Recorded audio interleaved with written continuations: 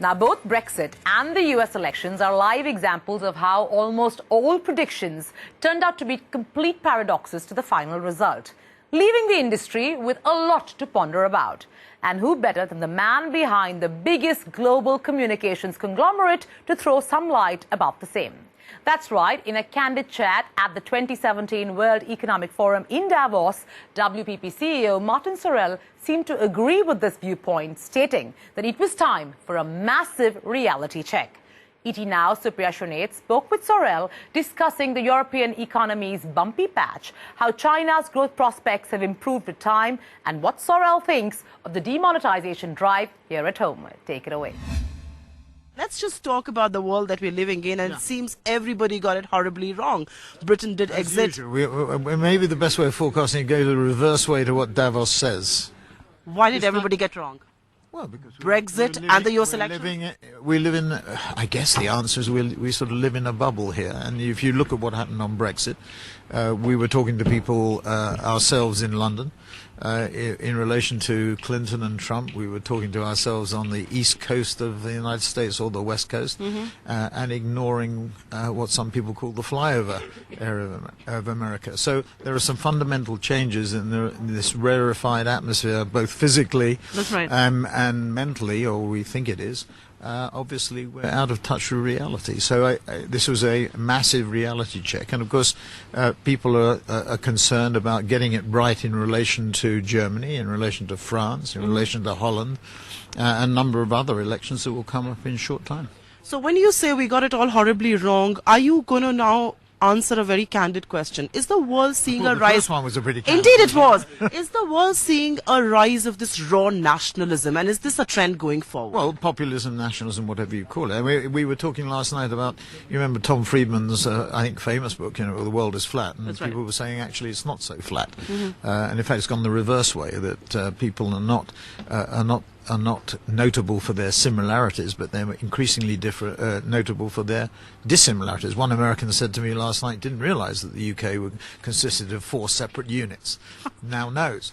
So there is. It's more distinctive and more individualistic approaches that have become more. And that, of course, has implications for our industry, for advertising and marketing. And we live in very much a global world. But if I look at how we're trying to organize WPP, for example, what we call horizontality, we do it through clients, which is a global structure, and we also do it locally through country managers such as Ranjan Kapoor in India, and others, covering 53 of our 100 or 51 of our 113 countries we operate in, and we'll get to 113.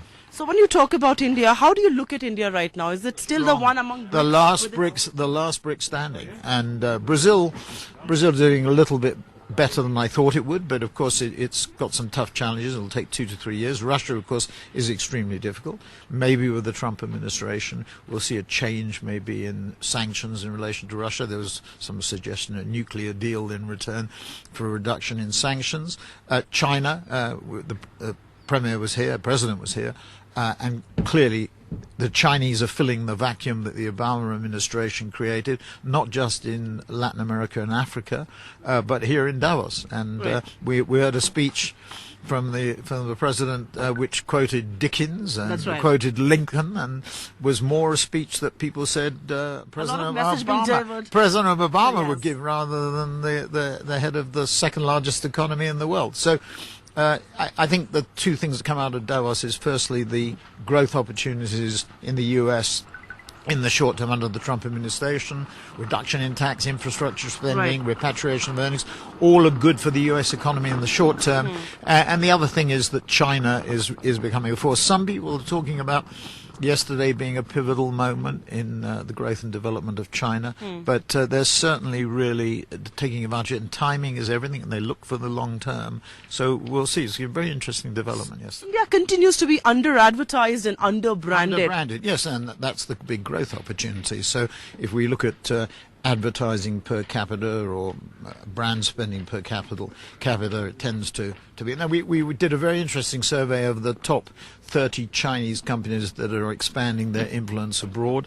Lenovo was at the top, and then I think Huawei was number 2, and I think I'm right in remembering that Haier was number 3. But what you are seeing is the growth of the major multinationals from countries such as China, from countries such as India, Right. from countries such as Brazil, and indeed others, Indonesia.